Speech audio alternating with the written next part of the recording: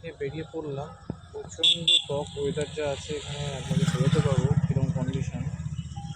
এই ওয়েদারে কতটা তাড়াতাড়ি পৌঁছবো সেটা তো ব্যাপার, আকাশ পরিষ্কার নাহলে গাড়ির স্পিডে টানাও যাবে না, দেখি কত তাড়াতাড়ি পৌঁছতে পারি। একটা নতুন রকম অভিজ্ঞতার মানে সামনাসামনি হলাম।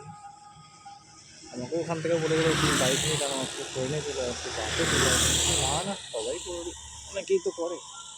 তাহলে আমি চেষ্টা করি, চেষ্টা করলে তো হয়। তাছাড়াও ওদিকে বাইকে করে গেলে অনেকগুলো স্পটে আমার নতুন কন্ট্যাক্টও থাকে, সেগুলোর কাছে অনেক ম্যানেজার, অনেক মালিকপক্ষ থাকে, যারা আসতে বলে আসা হয় না সেভাবে। আজকে প্রায় বছর 4 পর আমি স্পটে যাচ্ছি দার্জিলিং, নর্থ বেঙ্গল সাইডে, গোয়ার সাইড, বিভিন্ন এরিয়াতে। এখন বাজে